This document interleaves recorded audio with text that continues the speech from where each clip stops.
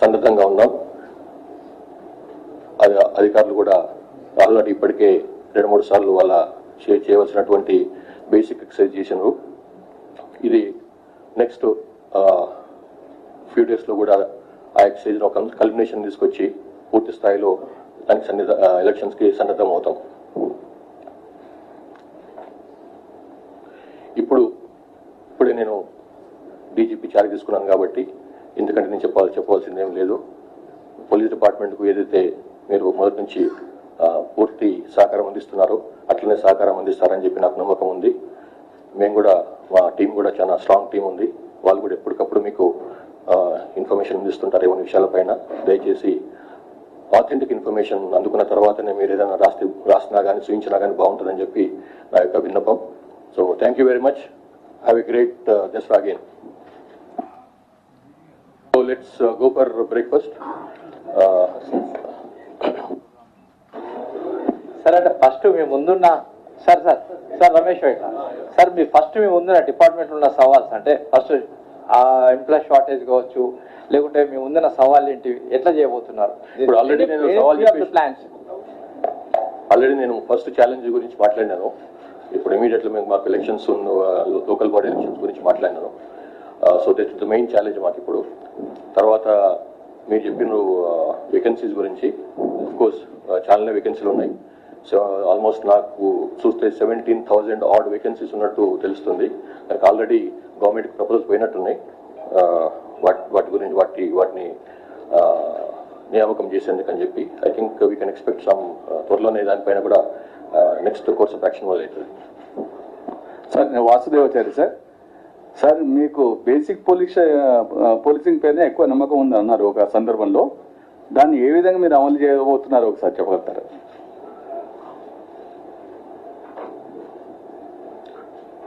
ఇప్పుడు basic policing అంటే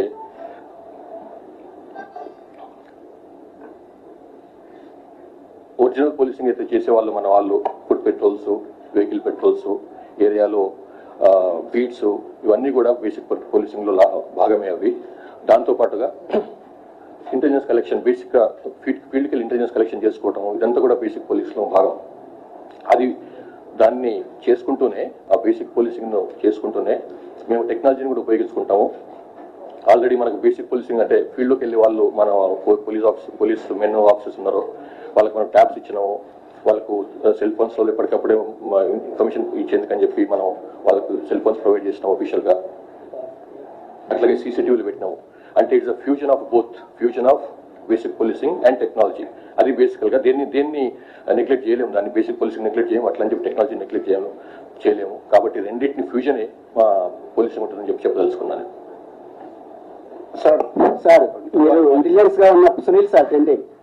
మీరు ఇంటెలిజెన్స్ గా ఉన్నప్పుడే మిమ్మల్ని రక్త పిశాచి అన్నారు మావోయిస్టులు గతంలో. ఇప్పుడు మావోయిస్టుల తీరుపై మీ డీజీపీ మార్క్ ఎలా ఉండబోతుంది? అది వాళ్ళు అన్న రోజు నాకే తెలియదు కానీ మీరు మాత్రం అంటున్నారు. సార్ ఒకటి సార్ దేని గురించి అంటారు? రాష్ట్రంలో డీజీపీ మన మావోయిస్ట్ మొత్తం అంతమైనట్టే అట్లా. ఇప్పుడు ఆల్రెడీ మొన్న కూడా నేను మేబీ ఎవరు టీవీలో మాట్లాడినప్పుడు చెప్పినాను. నేను వాళ్ళ యొక్క పాలిట్ బ్యూరో మెంబర్గా పనిచేసినటువంటి మల్లోజిల్ వేణుగోపాల్ ఎలియాస్ సోను ఆ మధ్యకాలం లాస్ట్ మంత్ అంటే August 15th నాడు ఆయన ఒక స్టేట్మెంట్ విడుదల చేసిండు. Oral statement as well has written statement. ఏమనంటే మేము సిద్ధంగా ఉన్నాము బయటికి రావడానికి. కొన్నాళ్ళ పాటు మేము పూర్తిగా యుద్ధాన్ని ఆపదలుచుకున్నాము. ఇది మా జనరల్ సెక్రటరీ ఉన్నప్పుడు బసవరాజ్ జనరల్ సెక్రటరీ చనిపోక ముందే ఈ నిర్ణయం తీసుకున్నాం మేము. చైనా అండ్ రష్యాలో ఏదైతే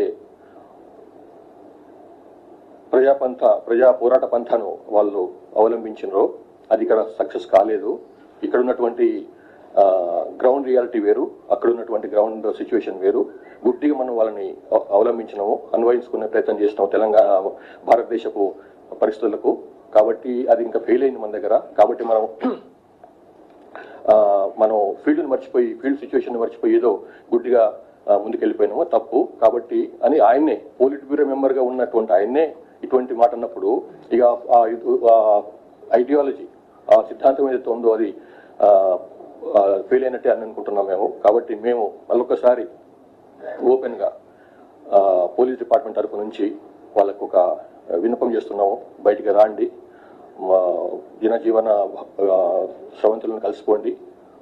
మీ మీద ఇట్లాంటి కేసుల విషయంలో కానీ ఇట్లాంటి విషయంలో మేము చాలా సింపథెటిక్గా ఉంటాము, సానుభూతితో వ్యవహరిస్తాము.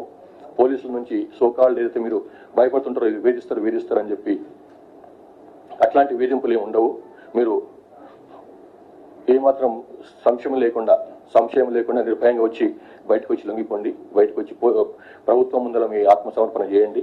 మీ ఎంబడి ఉంటాం. మేము తర్వాత మేము లాస్ట్ 4-5 months నుంచి 6 months నుంచి చేస్తున్నటువంటి ప్రయత్నాల వల్లనే చాలా మంది బయటకు వచ్చినారు పార్టీ నుంచి, ఇంక్లూడింగ్ ఒక సెంట్రల్ కమిటీ మెంబర్ అయినటువంటి సుజాతక్క కూడా బయటకు వచ్చేసి ఆమె ప్రభుత్వం ముందర ఆత్మసమర్పణ చేసుకున్నారు. వారు హాయిగా వాళ్ళ ట్రీట్మెంట్ కూడా పొందుతుందామే. మేము కూడా వారికి సహకరిస్తున్నాము ట్రీట్మెంట్ పొందడంలో. కాబట్టి ఛత్తీస్గఢ్ వాళ్ళైనా కూడా బయటకు వచ్చింది, మన తెలంగాణకు వచ్చి తెలంగాణ ఆఫీసుల ముందు వచ్చి వాళ్ళు పార్టీని వదిలేసినారు. కాబట్టి మేము కూడా మళ్ళొకసారి మీకు అప్పీల్ చేసేది ఏంటంటే బయటకు రాండి. We're here to help you, we're here to welcome you. Thank you. చేసిన స్టేట్మెంట్ ను వాళ్ళ పార్టీ అతను దాన్ని ఖండిస్తూ అది వ్యక్తిగతం అని చెప్పారు కదా సార్. అది అందులో మల్లోజులు వేణుగోపాల్ ఇచ్చిన స్టేట్మెంట్ మీరు పూర్తిగా చదివితే ఆయన ఏమన్నాడు, అందులో జనరల్ సెక్రటరీగా బసవరాజు ఉన్నప్పుడే ఇది డిస్కషన్ అయిపోయింది అన్నాడు. అంటే బసవరాజు ఉట్టిగా ఏదో డిస్కషన్ ఉట్టి చేయడు కదా, ఆయన వాళ్ళ సీసీలో సెంట్రల్ కమిటీలో డిస్కషన్ అయిన తర్వాతనే దానికి అనుగుణంగానే ఆయన స్టేట్మెంట్ ఇచ్చిన అనుకుంటున్నాం మేము. కానీ ఆ టైంలోనే జరిగినటువంటి ఎన్కౌంటర్లో ఆయన మరణించినాడు బసవరాజు. కానీ నిర్ణయం మాత్రం అది పొలిట్ బ్యూరో సీసీ తీసుకున్నటువంటి నిర్ణయమే మేము భావిస్తున్నాము. కాబట్టి తర్వాత దానికి మళ్ళీ ఈయన ఎవరైతే జగన్ ఇచ్చినటువంటి స్టేట్మెంట్, వేణుగోపాల్ ఇచ్చిన స్టేట్మెంట్ ఖండిస్తూ జగన్ స్టేట్మెంట్ ఇచ్చిండో ఆ స్టేట్మెంట్ కూడా ఖండించుకుంటూ మళ్ళీ వేణుగోపాల్ కొత్త స్టేట్మెంట్ రిలీజ్ చేసిండు. మీరు చూసి ఉండాలి అది. కాబట్టి మేము మరోసారి వాళ్ళకి విన్నపం చేస్తున్నాం. మీరు ఈ రకంగా మీరు కలహించుకొని మీ మధ్యలో ఇట్లాంటి స్పర్ధలు ఉన్నప్పుడు లాభం లేదు. మీ ప్రభుత్వం స్టేట్ యొక్క రాజ్యం యొక్క శక్తి చాలా అపారమైంది. బయటకు రండి, దయచేసి అభివృద్ధిలో భాగం కండి. సార్, మావోయిస్టులతో చర్చలకు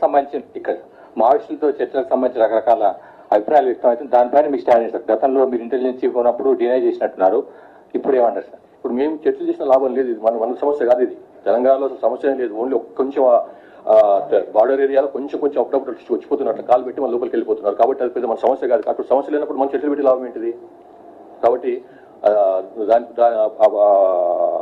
సమస్యలు లేనప్పుడు వాళ్ళతో మాట్లాడాల్సింది బయటకు రమ్మని కదా కాలిస్తుంది. అది కూడా చర్చలు చేసి కదా వాళ్ళతో మాట్లాడే వాళ్ళకి సంబంధించినటువంటి వాళ్ళతో మాట్లాడే మిమ్మల్ని బయటకు రమ్మని చెప్పి పిలుస్తున్నాం మేము. సో అది సంగతి. Sir Pramod Chaturvedi from ANI जी, आपको डीजीपी बनने पे बहुत सारी शुभकामनाएं. Thank you very much. हम ये जानना चाहेंगे कि क्या क्या चैलेंजेस होंगे, खास तौर से जब स्टेट लोकल बॉडी इलेक्शंस में जा रहा है, वैसे समय पे पॉलिटिकल एक्टिविटीज एजिटेशंस बहुत ज्यादा हो जाते हैं, तो उस पे आपकी ये चुनौती के साथ साथ और क्या क्या चुनौतियां होंगी? Thank you. ये चुनौती जो है इलेक्शंस के साथ साथ जो आप बता रहे हैं कि प्रोटेस्ट होंगे वगैरह, ये तो डेमोक्रेसी के अंदर जो है they are totally allowed to do any protest. There is no bar on that, absolutely no bar on that. So our request to this people only कि आप जो भी करना चाहते हैं एकदम डेमोक्रेटिक मीन्स पे करिए, कॉन्स्टिट्यूशनल मीन्स में करिए. Don't go beyond that and we support you also.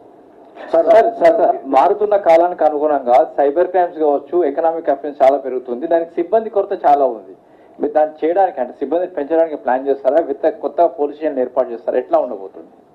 Police station కొత్తగా ఏర్పాటు చేయాల్సింది అనుకున్న నాకు తెలిసినంత వరకు అయితే అన్ని మండలాల్లో ఉన్నాయి. ఇది 1-2 మండల్స్ తగ్గున్నాయంటే ఈ మధ్యనే మళ్ళీ కొత్త జీవోలు ఇచ్చి ఆ మండల్స్ లో కూడా కొత్త పోలీస్ స్టేషన్ ఏర్పాటు చేసినాము.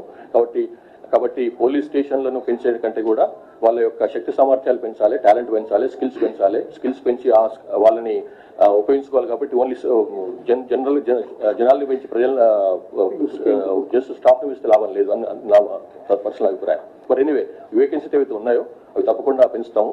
అయితే ఒకటి ఏంటంటే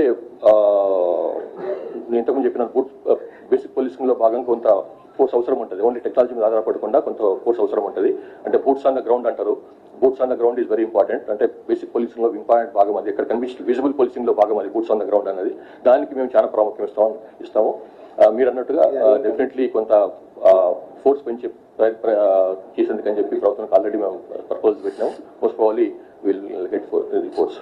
సార్ ఈ పోషణ పార్టీ ప్రతిసారి కూడా ఈ కార్యక్రమం కూడా ఏర్పాటు చేయడం జరిగింది. రాష్ట్ర ప్రభుత్వం మళ్ళీ రిపీట్ చేయండి. డ్రగ్స్ ఫ్రీ తెలంగాణ మార్చేందుకు ఈగల్ టీమ్ ను ఏర్పాటు చేశారు. ఈ మధ్య చాలా వరకు అక్కడ కూడా మ్యాన్ పవర్ తక్కువ ఉందనే కూడా కొంచెం టైం పడుతుంది కదా. ఇప్పుడు మనము ఫోర్స్ తీసుకున్నప్పుడు జస్ట్ ఉన్నాడు ఒకడు అవైలబుల్ ఉన్నాడు కాబట్టి టికెట్ పోస్ట్ చేయలేము ఆయన్ని. ఆయన యొక్క బ్యాక్గ్రౌండ్ చెక్ చేసుకోవాలి. ఆయనకు ఆ పరమైనటువంటి పోస్ట్ ఆ పరమైనటువంటి ఉద్యోగం సరిపోతారో లేదా కూడా చూసుకోవాలి. కాబట్టి అది చూసి ఇస్తున్నాము. ఇవన్నీ కూడా కొంచెం స్పెషలైజ్డ్ వింగ్స్ ఇవి. జస్ట్ బికాస్ ఒక పోలీస్ ఆయన తీసుకొచ్చి అక్కడ చేయడం కష్టం కాబట్టి అది అవుతుంది. కొంచెం is only matter of time. Definitely will strengthen them. Already మీకు చూస్తున్నారు లాస్ట్ 2 years లో 22-21 months లో ప్రభుత్వం ఎంత ప్రాముఖ్యం ఇచ్చిందో ఈ రెండు వింగ్స్ కి, సైబర్ సెక్యూరిటీ వింగ్ కి ప్లస్ ఈ ఈగల్ ప్లస్ 30% పెంచినారు. వాళ్ళకు వెహికల్స్ ఇచ్చారు, కొత్త వెహికల్స్ ఇచ్చిండ్రు. వాళ్ళకు స్కిల్ ఇంప్రూవ్మెంట్ కోసం అని చెప్పి టూల్స్ ఇచ్చిండ్రు.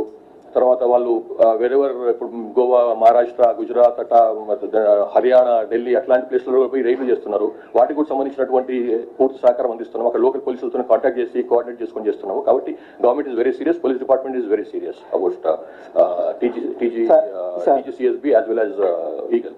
సార్ ప్రధాన ప్రతిపక్షంగా ఉన్నటువంటి కొంతమంది నాయకులు ప్రతి అధికారులు, పోలీస్ అధికారులందరూ కూడా పింక్ బుక్లు ఎక్కిస్తామని కూడా ఛాలెంజ్ చేస్తున్నారు. దీనిపై ఏం చెప్తారు? నేను ఆల్రెడీ ఒక టీవీ ఛానల్ చెప్పినానండి. మాకు pink book, blue, red, white అట్లా ఏముండదు. మాదంతా ఓన్లీ ఖాకీ బుక్ అంటే సిఆర్పిసి, ఐపీసీ చట్టాలతో ప్రకారం పోతాము. ఆ ఖాకీ బుక్ అంటే అన్ని కలిస్తే ఖాకీ బుక్ అవుతుంది. ఇదే మాకు తెలిసిన కలర్ కానీ మిగతా కలర్ సంబంధం లేదు. So thank you very much. Sir social మీడియాకి సంబంధించి ఇటీవల చాలా పోస్టులు వైరల్ గా మారుతున్నాయి. వారిపైన మీరు కఠినమైనటువంటి అంటే పీడీ యాక్ట్ లాంటి కేసులు పెడతామని చెప్పేసి అని ఒక ఇన్ఫర్మేషన్ వస్తుంది. అది ఎంత అట్లనేం లేదు, అట్లా తెలుసుకుంటాను మరి. కానీ ఒకటే సోషల్ మీడియా సంబంధించి ఇంతకుముందు కూడా చెప్పినాను నేను, వాళ్ళు వేరే వ్యక్తుల యొక్క శీలహననం చేయకుండా, క్యారెక్టర్ అసాసినేషన్ చేయకుండా, వాళ్ళ గురించి అబద్ధాలు మాట్లాడకుండా, వాళ్ళ గురించి ఇష్టం వచ్చినట్టు వాళ్ళ ఫ్యామిలీ మెంబర్స్ గురించి, వాళ్ళ ఫ్యామిలీ గురించి, వాళ్ళ వ్యక్తిత్వం గురించి అడ్డం రాస్తే మాత్రం తప్పకుండా యాక్షన్ ఉంటుంది. అట్లా కాకుండా ఫేక్ న్యూస్ అది కూడా చేయొద్దు. ఓన్లీ థింగ్ ఏంటంటే వాళ్ళు with in 4 walls of constitution లో ఏం రాసుకున్నా, ఏం విమర్శ చేసుకున్నా, ఏ సద్విమర్శ చేసుకున్నా, ఏ కన్స్ట్రక్టివ్ విమర్శ చేసుకున్నా, ఎట్లాంటి నిర్మాణాత్మకమైనటువంటి క్రిటిసిజం చేసినా కానీ దానికి మాకు నుంచి ఎట్లాంటి ప్రాబ్లం ఉండదు. కానీ అది దారి తప్పి అది నేరంగా మాత్రం తప్పకుండా will enter. Thank you very much. Let's have breakfast. Thank you. మిత్రులందరికీ గ్రౌండ్ ఫ్లోర్ టెన్నిస్ కోర్ట్ లో ఉంది నాస్టా. అందరు నాస్టాకి రావాల్సింది.